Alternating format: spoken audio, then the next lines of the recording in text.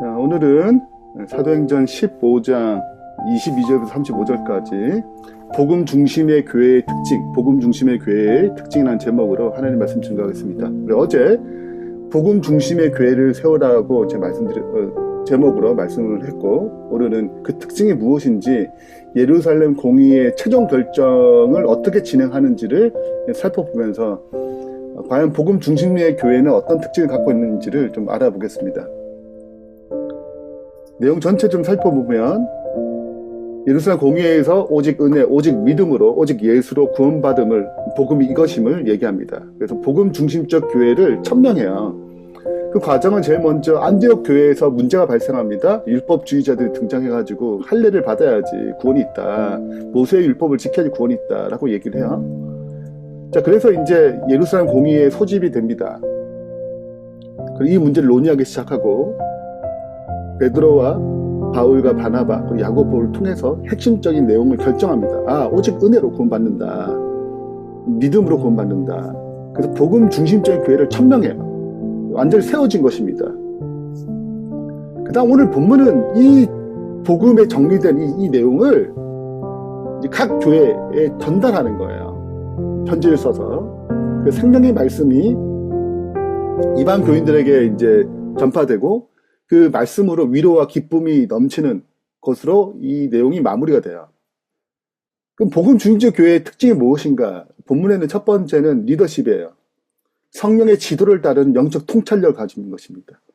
두 번째는 어떤 사람으로 일하냐면 복음을 체험한 자를 통해서 일합니다. 그래야지 생명이 소성하거든요. 생명이 살아나요. 세 번째는 영적인 소통이 말씀을 중심으로, 복음을 중심으로 일어납니다. 이 세 가지를 하나씩 살펴보겠습니다.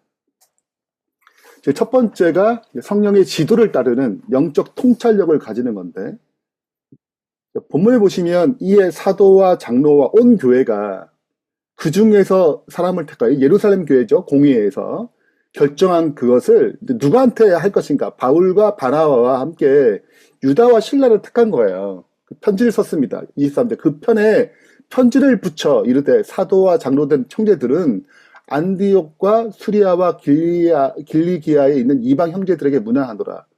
주로 이제 1차 선교 여행 대상자죠. 자, 그리고 들은즉 우리 가운데 어떤 사람들이 우리의 지시도 없이 나가서 말로 너희를 괴롭게 하고 마음을 흔들리게 한다 하기로 사람을 택해서 우리 주 예수 그리스도의 이름을 위하여 생명을 아끼지 않은 자인 우리가 사랑하는 바나바와 바울과 함께 너희를 보내기로 만장일치로 결정하여노라. 그래야 유다와 실라를 보내니 그들도 이 일을 말로 전하리라. 자, 28절이에요. 성령과 우리는, 자, 성령과 우리는 우리 사도와 장로만이 아니고 성령과 우리는이에요. 이 요긴한 것들 외에는 아무 짐도 너에게 지우지 아니하는 것이 옳은 줄 알아노라. 자, 이 예루살렘 공의의 결정한 이 내용과, 즉 이 사람을 택해서 보낸 이 모든 과정들은 그냥 우리의 다수결, 우리의 말, 이게 아니고 성령의 지도하심, 성령의 교통을 통해서 결정된 사항이야 라고 얘기하는 거예요. 고린도전서 2장 13, 14절에 보면 우리가 이것을 말하거니와 사람의 지혜로 가르친 것이 아니고 말로 아니고 오직 성령께서 가르치신 것을 하니 영적인 일은 영적인 일로 분별하느니라. 육에 속한 사람은 영적인 하나님의 영이 일을 받지 아니에요. 그러므로 복음은 성령의 지도를 따르게 됩니다.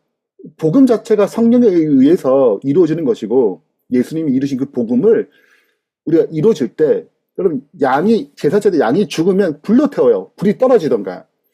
복음이 온전해지면 성령의 지도하심이 더 선명해집니다. 그건 하나님의 세계의 것들이거든요. 자, 그렇게 되면은 이 교회가 우리 인간의 생각이 아니고 성령의 지도를 잘 따르게 되어 있습니다.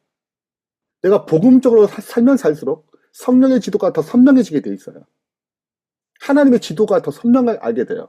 하나님의 직관이 더 발달됩니다. 그래서 이런 말을 할 수 있는 거예요. 우리 직원에서 결정하는 사항이라고 끝난 게 아니고 성령의 지도하심을 따라서 우리가 이 요긴한 걸 결정했다는 거죠.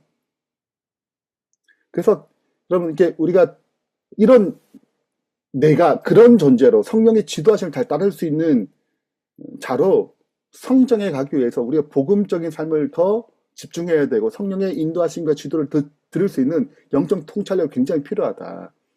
이것이 복음의 중심적인 복음이 생명력이 넘치는 교회의 특징이에요. 그 리더십이 흘러가거든요. 리더십이 이렇게 위에서 잘 흘러가야 이게 이제 교회가 건강하게 생명 있게 나갈 수 있는 것입니다. 두 번째 특징은 사람을 세우는 건데요. 사람을 세우는 게 만사잖아요. 어떤 사람을 세우냐면 복음을 체험하는 자. 복음을 더 많이 체험할수록 더 생명력이 강합니다. 오늘 본문에 보면 어떤 사람을 택했는가? 교회가 택했는데 어떤 사람이냐? 바울과 바나바를 택했고 유다와 실라를 택했어요.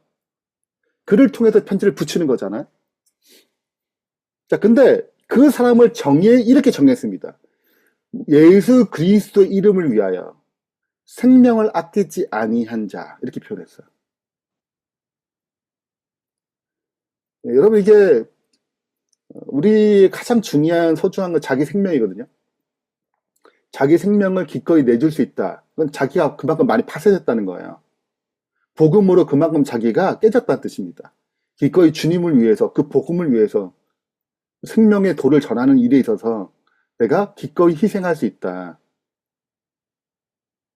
이것이 복음의 지식과 그 지식이 삶으로 체험될 때 할 수 있는 고백들이거든요.